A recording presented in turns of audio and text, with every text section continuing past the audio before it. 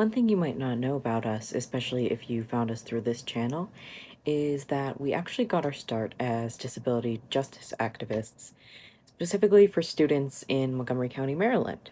For years before coming out as Plural, we posted educational content under the pseudonym Sol Diaz on Instagram and organized the only student organization for disabled students in Montgomery County, if not Maryland or nationally.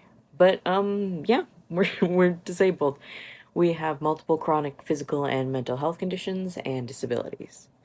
We don't like to share the full list unprovoked, but the relevant ones here are Ehlers-Danlos syndrome, POTS, MCAS, OSDD3, being hard of hearing, and having craniocervical instability, with a lot of neurological symptoms like migraines. You don't need to know what all those mean. It's fine. I'll probably explain it in the pinned comment or the description. We're bringing this up and talking about it today because July is Disability Pride Month in the United States. So it's disability video time. We're going to start by doing a little bit of a run through of the disability pride and disabled rights movement. This is going to be United States centric because that's where I live and do my work.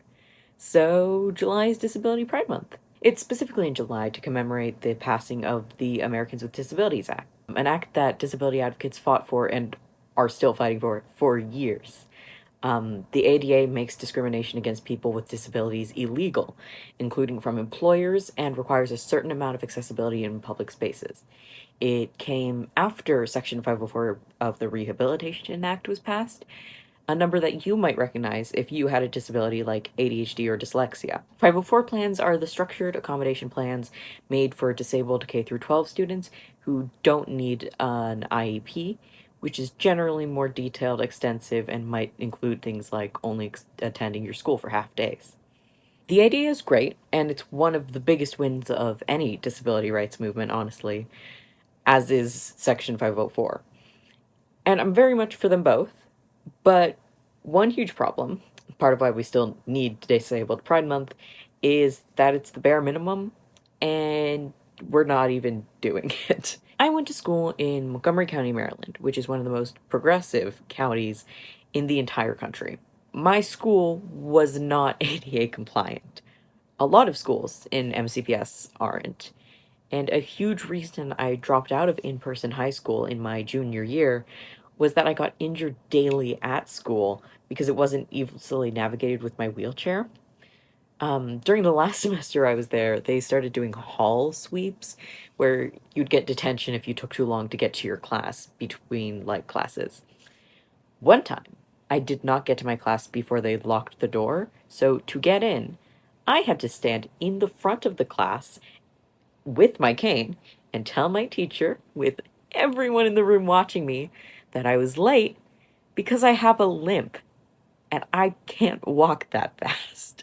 I also wasn't diagnosed with or recommended to be looked at for ADHD until 8th grade, and by that time, I'd been having obvious attention issues since kindergarten. And despite my clear symptoms, my school never recommended that I got an autism evaluation either.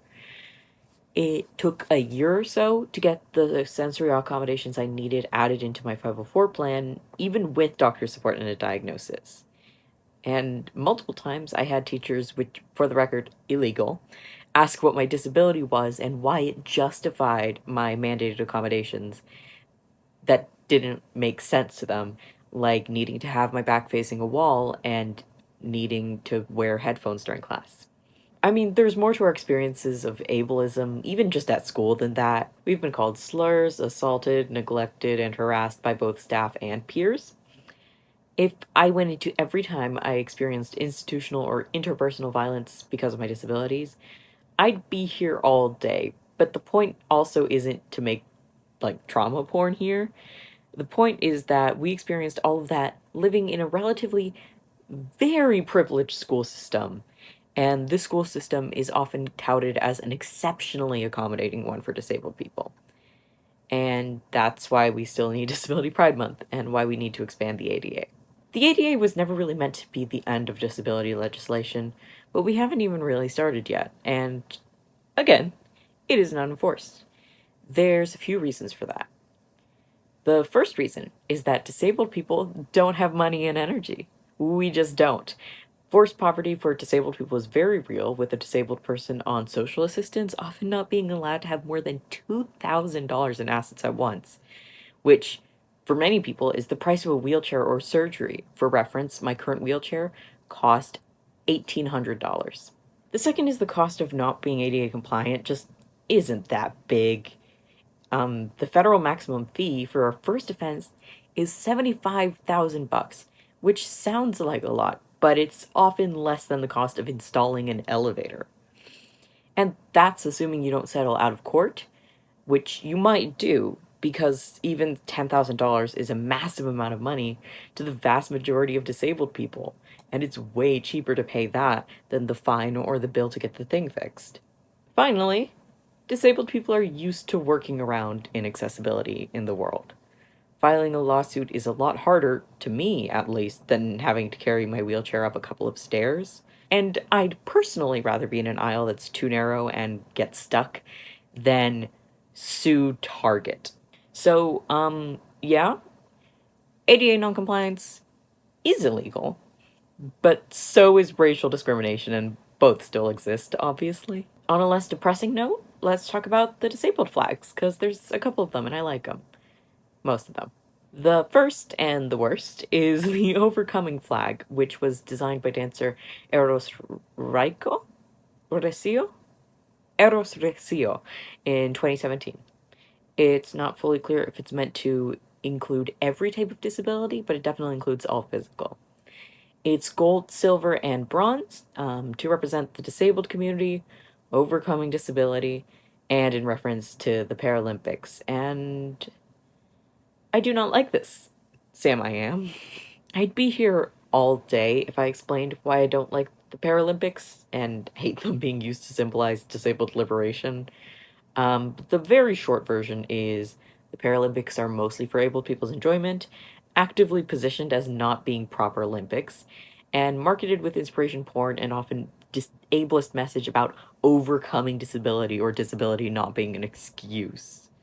They also exclude certain disabilities that otherwise count, like one of mine, Ehlers-Danlos syndrome, and don't properly accommodate their participants' disabilities, which is kind of the point of the whole thing, you'd think. So, don't love that. Also, don't love that it was proposed that it be renamed the Overcoming flag, because people don't like using the word disabled, which is bullshit. Use the word disabled. Please, for the love of God, just say disabled. It's not a disabled pride flag either. It's just a flag for disability and overcoming it. Like, not to be proud. And it's kind of ugly, which also doesn't help. The second flag is also the first disability pride flag. It was designed by activist Anne Magill, which I'm probably saying wrong, and originally featured a zigzag lightning bolt. Mild ice rain warning because I'm about to put it up on screen, so skip forward like 10 seconds if that's a problem. As you might have guessed from the warning I just gave, this flag causes some issues for people with photosensitivity and photophobia. The colors are extremely bright, the contrast is very high, the zigzag is a bit overwhelming to look at, and when scrolling on the screen, the flag can have a strobing effect, which basically means it's bad news for people with epilepsy and migraines. While I personally love this flag for physical merchandise, on screens it's a hazard, and it's better to have one flag that's just used everywhere, you know? That's why Magill, whatever, updated it in 2021. The new version of the flag featured very similar colors, but with lower contrast, colors that are similar closer together, and no zigzag to make the flag safer and less painful to view on screens. The black, or I guess charcoal field, represents mourning and rage, both for those who are victims of ableist violence and also for rebellion and protest. The five colors all represent various disabilities and the variety of needs and experiences in the disabled community, like invisible disability, physical disability, neurodivergence, undiagnosed disabilities, psychiatric disabilities, and sensory disabilities. The stripes being parallel represents solidarity within the disabled community and all of its differences. And the diagonal band specifically represents cutting across barriers that separate disabled people and our creativity and light cutting through the darkness. I really like this one, as do many other disabled people. There's also a few flags for specific disabilities and communities. I'm not going to run through them all, but I particularly like the Sign Union flag, which was designed for the deaf community and is just beautiful. I also really love the Mad Pride flag, which is based on the Cheshire Cat from Alice in Wonderland, and it's just really delightful and clever. I also personally designed a Cripple Punk flag. I'll probably make a Cripple Punk video sometime in the future, but this video is already a bit long, so I'll probably... Okay, I feel like it's going to be on this side. On this side, I'll link a cool video on that. But yeah, this video is long, and I actually need to edit this thing. I am recording late on Friday night, and this has to go up at noon. So, yeah. If you liked the video, please like, comment, subscribe, whatever. We also have a Ko-Fi down below if you want to support us, as well as a Discord server you can join. It's oriented towards plural people, but you don't have to be plural to be there. A lot of non-plurals are also there. Thanks for watching, and I have been Crow of A Body at All.